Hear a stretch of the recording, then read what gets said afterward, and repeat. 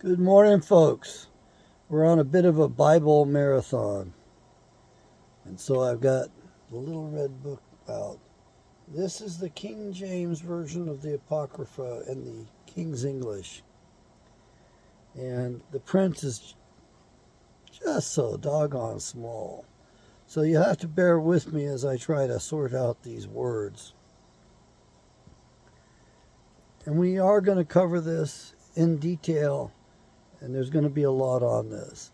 This book is one of the most important books of prophecy in the entire collection of books of the Bible. This is 2 Esdras, and we start with the last verse of chapter 10, and that is verse 59. And you see what was happening to Ezra. This is the prophet Ezra. This is the Latinized version of his name, Esdras. He's on a bit of a marathon. He's having vision after vision, trance after trance. He is fasting, and he is in the wilderness. He is praying off by himself, and he is waiting as he's been commanded to do. He's been told to wait a few more days, and then you'll be shown some more things. So he is going through quite a bit.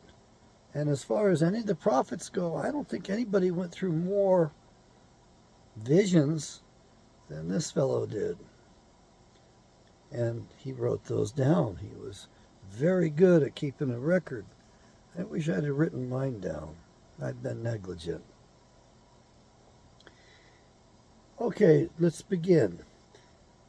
And so shall the highest show thee visions of the high things, which the Most High shall do unto them that dwell upon the earth in the last days. So I slept that night, and another, like as he commanded me. He's told to stay and wait here and rest up. We're going to continue this. You got a couple of days, couple of nights off. Chapter 11. And I'm going to push my way through this. And I'm going to go into chapter 12 a little bit. And I just don't know how far I'm going to go because this stuff still is a bit new to me. And I know it's going to be new for a lot of you.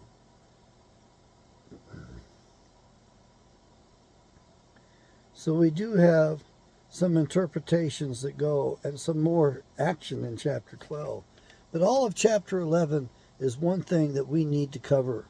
And I've got this marked up like you won't believe. So, here, let me show you how much it's marked up. Okay, it's marked up quite a bit. And this is where we're starting at. Marked up, and I got red ink, red letters, red underlining, and I have numbers and stuff because I try to understand this stuff. And I would love for some youngster out there who hasn't been brainwashed, who can think on his own, or a girl, to read this stuff and figure it out better for us, because I think that's where we're going to get more understanding. From some young girl, not older than junior high school age, maybe even in grade school, who's bright as can be, who's got a strong spirit, and who's been blessed. Maybe it'll come from such a one as that. Chapter 11.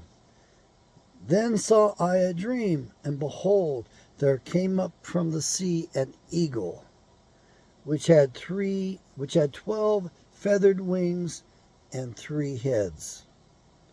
And I saw, and behold, she spread her wings over all the earth. It's a female eagle. Female eagles are bigger than male eagles by quite a bit. Okay. And all the winds of the air blew on her, and were gathered together. And I beheld, and out of her feathers there grew other ordinary feathers, and they became little feathers and small. But her heads were at rest.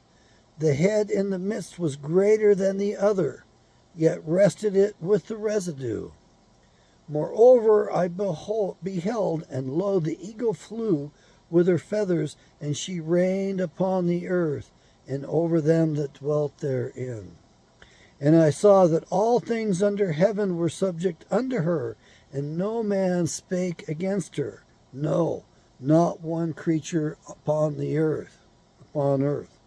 And I beheld, and lo, the eagle rose upon her talons, and spake to her feathers, saying, Watch not all at once, sleep every one in his own place, and watch by course. But let the heads be preserved for the last.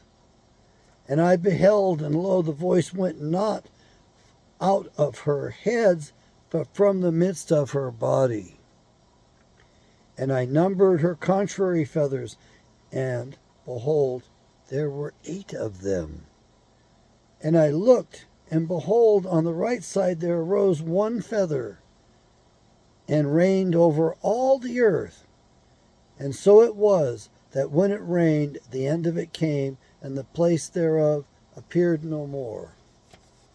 So the next following stood up, and reigned, and had a great time.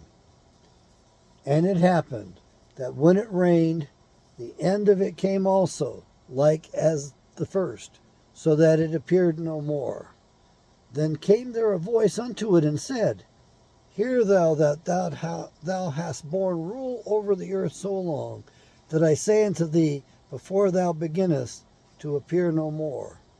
There shall none after thee attain unto thy time, neither unto the half thereof. Then arose the third, and reigned as the other before, and appeared no more also. So went it with all the residue, and one after another, that every one reigned, and then appeared no more. Then I beheld, and lo, in process of time, the feathers that followed stood up upon the right side, that they might rule also. And some of them ruled, but within a while they appeared no more. For some of them were set up, but ruled not. After this I looked, and, behold, the 12 feathers appeared no more, nor the 2 little feathers. And there was no more upon the eagle's body, but 3 heads that rested, and 6 little wings. Then I saw also 2 little feathers that divided themselves from the 6, and remained under the head that was upon the right side. For the 4 continued in their place. And I beheld, and, lo, the feathers that were under the wing thought to set up themselves, and to have the rule. And I beheld, and lo, there was one set up, but shortly it appeared no more. And the second was sooner away than the first. And I beheld, and, lo, the 2 that remained thought also in themselves to reign. And when they thought, behold, there awaked one of the heads that were at rest, namely, it that was in the midst, for that was greater than the 2 other heads. And when I saw that the 2 other heads, and then I saw that the 2 other heads were joined with it. And I behold, the head was turned with them that were with it, and did eat up the 2 feathers under the wing that would have reigned. But this head put the whole earth in fear, and bare rule in it over all those that dwelt upon the earth with much oppression, and it had the governance of the world more than all the wings that had been. And after this I beheld, and, lo, the head that was in the midst suddenly appeared no more, like as the wings. But there remained the 2 heads, which also in like sort ruled over the earth, and over those that dwelt therein. And I beheld, and lo, the head upon the right side devoured it that was upon the left side. Then I heard a voice, which was said unto me, Look before thee, and consider the thing that thou seest. And I beheld, and lo, as it were a roaring lion, chased out of the wood. And I saw that he sent out a man's voice unto the eagle, and said, Hear thou, and I will talk with thee. And the highest shall say unto thee, Art thou Art not thou it that remainest of the four beasts, whom I made to reign in my world, that the end of their times might come through them? And the fourth came, and overcame all the beasts that were past, and had power over the world with great fearfulness, and over the whole compass of the earth with much wicked oppression. And so long time dwelt he upon the earth with deceit. For the earth hast thou not judged with truth. For thou hast afflicted the meek, thou hast hurt the peaceable, thou hast loved liars, and destroyed the dwellings of them that brought forth fruit, and hast cast down the walls of such as did thee no harm. Therefore is thy wrongful dealing with come up unto the highest, and thy pride unto the mighty. And the highest also hath looked upon the proud times, and behold, they are ended, and his abominations are fulfilled. And therefore appear no more, thou eagle, nor thy horrible wings, nor thy wicked feathers, nor thy malicious heads, nor thy hurtful claws, nor all thy vain body, that all the earth may be refreshed, and may return, being delivered up from thy violence, that they may have hope for the judgment and mercy of him that made her. Chapter 12. And it came to pass, while the lion spake these words unto the eagle, I saw. And behold, the head that remained, and the four wings appeared no more. And the two went into it, and set up themselves to reign, and their kingdom was small, and full of uproar. And I saw, and behold, they appeared no more, and the whole body of the eagle was burnt, so that the earth was in great fear. Then awaked I out of the trouble and trance of my mind, and from great fear, and said unto my spirit, Lo, this thou hast done unto me, in that thou searchest out the ways of the highest. Lo, yet I am weary in my mind, and very weak in my spirit, and little strength is there in me, for the great fear wherewith I was affright this night. Therefore will I now beseech the highest, that he will comfort me until the end.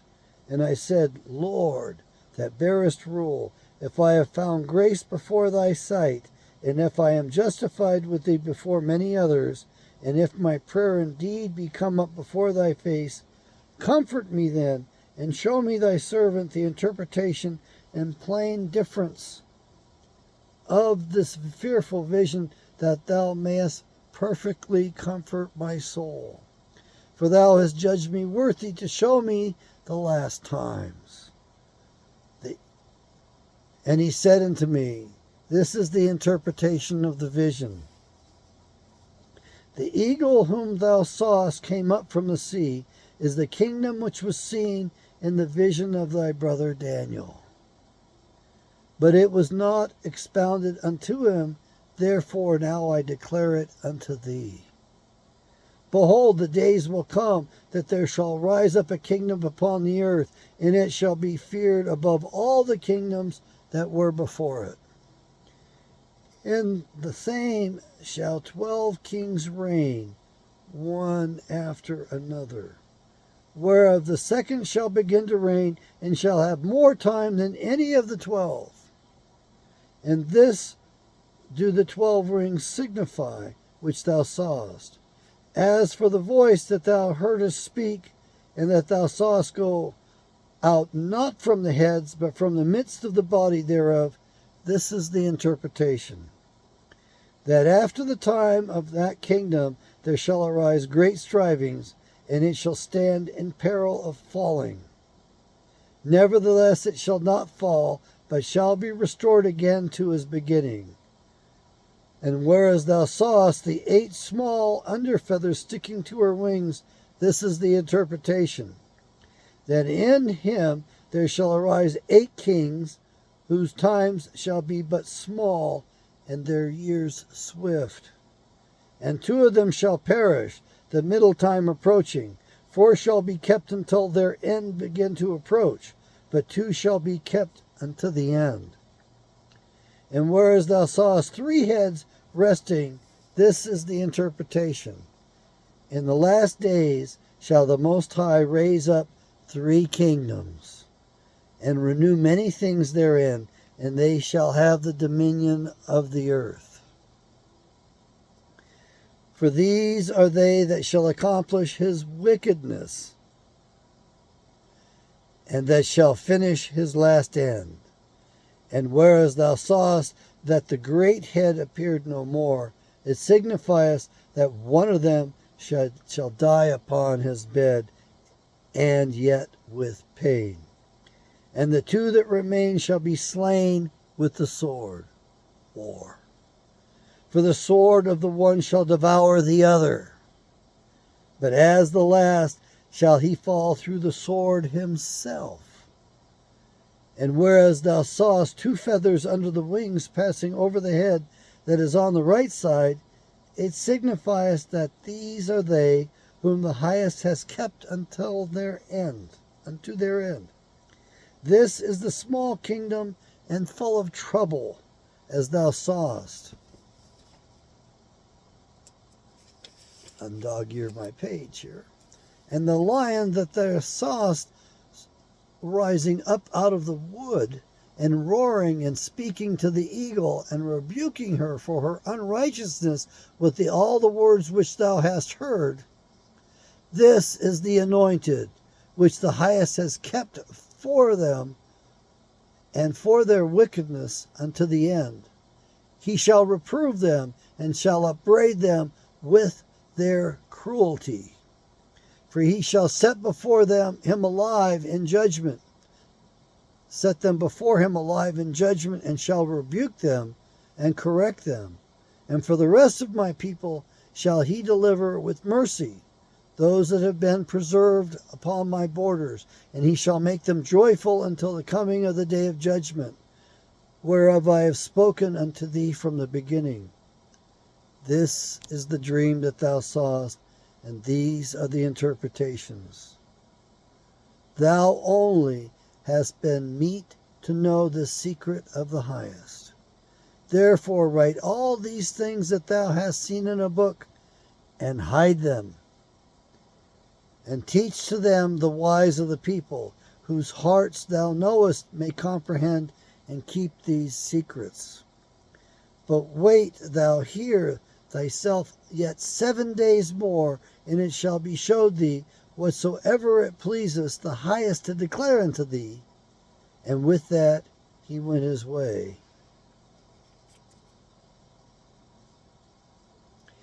And he waited there 7 days, and the people went out to find their prophet, and they were upset with him.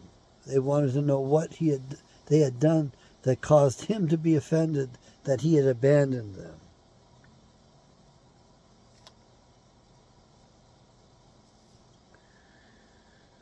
Pastor Jerry Wicke told me that for most of these pastors in these big box churches, and I guess anywhere, it would be better if they just read directly from the Bible than preached. Why? Because men's hearts are full of deceit. We're full of ourselves. We are conceited. And we take it upon ourselves to lord it over others and to tell them what things mean. And we do our best to dominate. So I'm going to close this video out and let this sit. This is the King James Version of the Apocrypha. The footnotes in some of these books say this is from the Latin Vulgate. And so it's not quite the original. And it's also for the vulgar ones, for the people. This is not for the high priests of the Roman Catholic Church. They have another set of texts for that. That's what I'm trying to discover and bring to you. And we are going to continue in the next with this. This is no longer in print, and if you go to Amazon, it'll tell you there's a newer version, a newer edition available. You want to buy that, right? No, you don't want the newer one. You want this one, 3rd edition. It's also going to say Revised Standard Version with the Apocrypha. It's going to say College Edition. This is the augmented 3rd edition. New Oxford Annotated Bible. You can buy it used and it's going to go up in value. I don't have a clean copy of it. I kept trying to buy a clean copy. They kept sending me wounded copies, which I gave away. When I first discovered this, my older brother told me, this is the one you want. You don't want the newer one. This has got pretty good sized print in it. It's got some maps in it too. It's not the biggest print, but it's actually slightly bigger than the paperback ones. And it has footnotes that don't have much of an agenda in them. The problem is with the text of the Bible, because they take things out and put things in according to the will of the committees that were there. And there were evidently some people who were not upright and proper on those committees, because they've removed the Spirit from it. They've removed verses, added verses, and changed things up.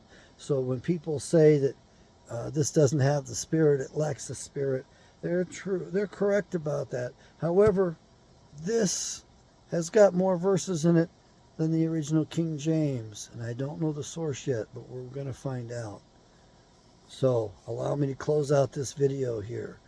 You've got the original King James reading, which I gave you right now, including the interpretation. And you can see that the prophet Ezra, who wrote Esdras, was on a tear. He was doing vision after vision. The guy had some fortitude and some strength to be able to put up with all that stuff, because believe me, it takes a toll on one's mind and one's body to see those things and do those things. You don't want to go to those places. I know a lot of you want that out-of-body experience. Oh man, that's the cat's meow. That's what I want. Yeah, I want an altered state. Well, I was one of those foolish people to do that. I like keeping my feet on the ground these days. May Yahweh bless.